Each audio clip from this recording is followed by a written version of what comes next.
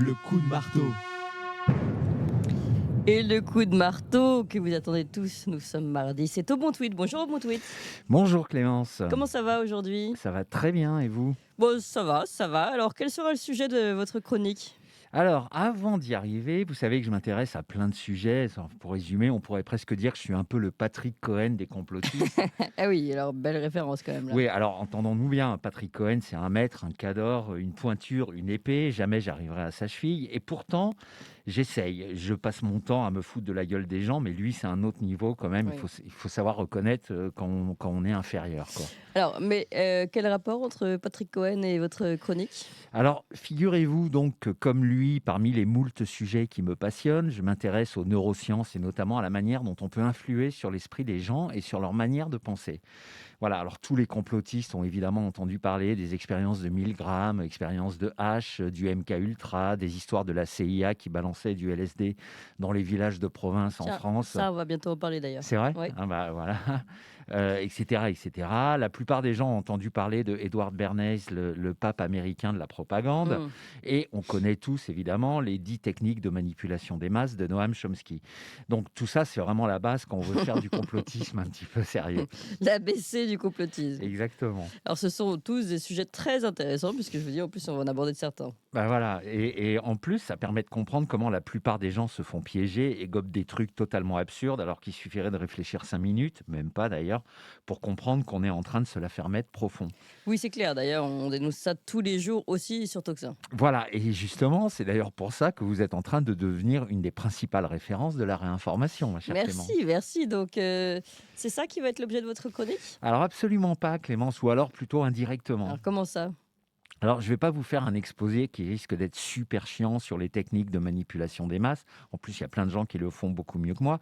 Non, non, à la place, je vais me livrer à une petite expérience. Ah oui, en direct, avec moi? Tout Bah, à fait, c'est tout à passionnant, en fait, tout tout cas. à Et fait. vous allez faire quoi exactement? Eh bien, figurez-vous, ma chère Clémence, que je vais vous parler d'un sujet, je vais prendre un sujet parfaitement anodin, et ce que les gens ne savent pas, enfin si d'ailleurs ils vont le savoir vu que je vais vous le dire, c'est pendant que je vais vous parler de ce sujet parfaitement anodin, Mmh. je vais, grâce à une technique de manipulation mentale, instiller des idées très précises dans leur cerveau. Mais je vais le faire de manière tellement subtile que personne ne se rendra compte de rien, pas même vous, ma chère Clémence. Ah beh, c'est génial ça, on va vivre ça en direct, un peu comme, des images subliminales. Voilà, exactement comme des images subliminales, et c'est ce que font d'ailleurs en permanence tous ceux qui nous gouvernent afin de persuader les gens. Donc moi, je vais me battre avec les mêmes armes, après tout, pourquoi pas? C'est vrai, quoi, merde, à la fin, fait chier. Bon alors calmez-vous. Du coup, alors quel va être, votre sujet anodin du jour?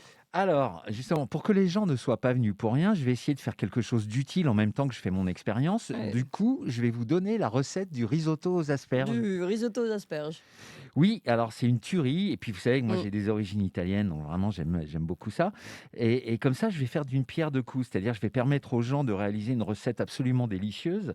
Et dans le même temps, sans qu'ils ne s'en rendent compte, je vais imprimer dans leur cerveau des idées et des certitudes sur un sujet qui n'a rien à voir avec le risotto aux Je asperges. vois le principe, vous êtes vraiment très sympa en tout cas. Je suis très curieuse de voir, ça, alors allez-y, on vous écoute. Alors en préambule, je précise que j'avais déjà essayé cette technique sur Twitter il y a quelques mois. Donc là, je fais un peu de récup, mais je vais aller beaucoup plus en profondeur que ce que j'avais fait à l'époque.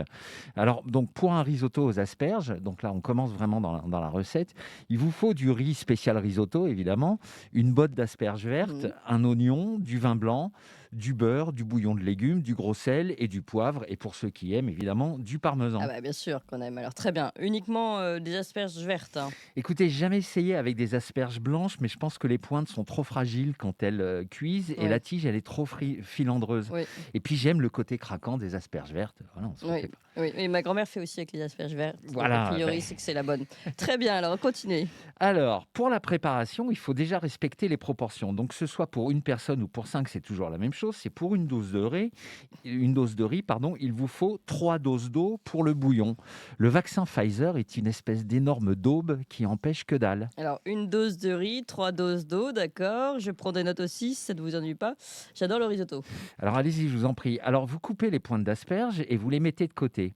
Puis vous coupez les tiges en petites rondelles après avoir cassé la partie blanche au bas de la tige et juste après, vous émincez l'oignon. Et dans le même temps, vous faites chauffer l'eau avec le bouillon de légumes. Cette espèce d'énorme merde de vaccin n'empêche pas d'attraper le Covid et encore moins de le transmettre. Mais quand vous dites bouillon, c'est genre les cubes que vous avez achetés en supermarché? Alors moi, effectivement, je fais ça, mais les vrais puristes font eux-mêmes leur bouillon. C'est marrant parce que coup sur coup, deux personnes très proches m'ont considéré comme un hérétique parce que je prenais des bouillons de supermarché. D'ailleurs, je les salue, Stella et Ombline. Il n'y a pas que le vaccin Pfizer qui soit une grosse merde. Le AstraZeneca et le Moderna aussi sont des horreurs sans nom. D'ailleurs, le AstraZeneca vient d'être interdit officiellement un peu partout dans le monde après avoir été chaudement recommandé par Olivier Véran et le docteur Marty.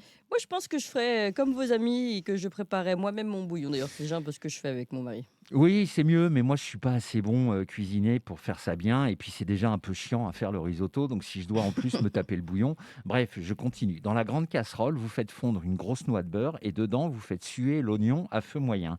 D'ailleurs, d'après les bruits qui courent chez les complotistes, ces vaccins à la con viendraient même pas des labos qui portent leur nom, mais de l'armée américaine. C'est vous dire à quel point on peut avoir confiance dans ces merdes. Mais l'oignon, on le fait dorer ou pas, lui? Non, moi, j'attends pas aussi longtemps. Donc, après avoir fait suer l'oignon, je rajoute les rondelles d'asperges et je les fais cuire toujours à feu moyen pendant une dizaine de minutes. Les effets secondaires de ces vaccins de merde sont très nombreux, très fréquents et peuvent parfois être très graves. Juste pour être sûr, à ce stade-là, on ne rajoute pas les pointes d'asperges? Non, non, on les rajoutera plus tard. Donc, au bout de 10 minutes, on rajoute le riz. Moi, je mets en même temps une pincée de gros sel, mais c'est pas obligé parce que c'est déjà un peu salé. Et on laisse le riz devenir un peu translucide, vous savez, en remuant bien pour qu'il n'attache pas dans le fond de la casserole. Toute la bande de connards qui nous ont recommandé de prendre ces vaccins, que ce soit les médias ou les médecins de plateau, sont vraiment des grosses raclures. Oui, c'est ça, il faut bien, bien remuer le riz, n'est-ce pas? Oui, alors en fait, le risotto, c'est ça, c'est remuer constamment. Donc, une fois que le riz est devenu translucide, on monte un peu le feu et on rajoute du vin blanc. Et d'ailleurs, c'est vraiment un truc fait pour les hommes, en fait, parce que les hommes, ils aiment bien rester toujours devant la casserole. Exactement, voilà. Voilà, donc on rajoute un peu de vin blanc et pour vous donner une idée des proportions, moi, quand je m'en fais un juste pour moi, donc pour une personne, je mets un demi-verre de vin et on laisse le riz s'imprégner un peu du vin et puis on commence à verser le bouillon et l'incorporation du bouillon se fait en 3 fois. Donc là, on verse le premier tiers. Et quant à tous les politiques qui nous ont forcé, qui ont forcé la plupart des gens à se vacciner tout en faisant semblant de leur laisser le choix, c'est vraiment une bande de grosses putes. D'accord, donc juste un tiers du bouillon, immédiatement après avoir mis le vin blanc. Voilà, et puis là, on remue de manière à ce que l'intégralité du bouillon soit absorbée par le riz. Et il faut le faire constamment pour éviter que le riz n'attache au fond de la casserole.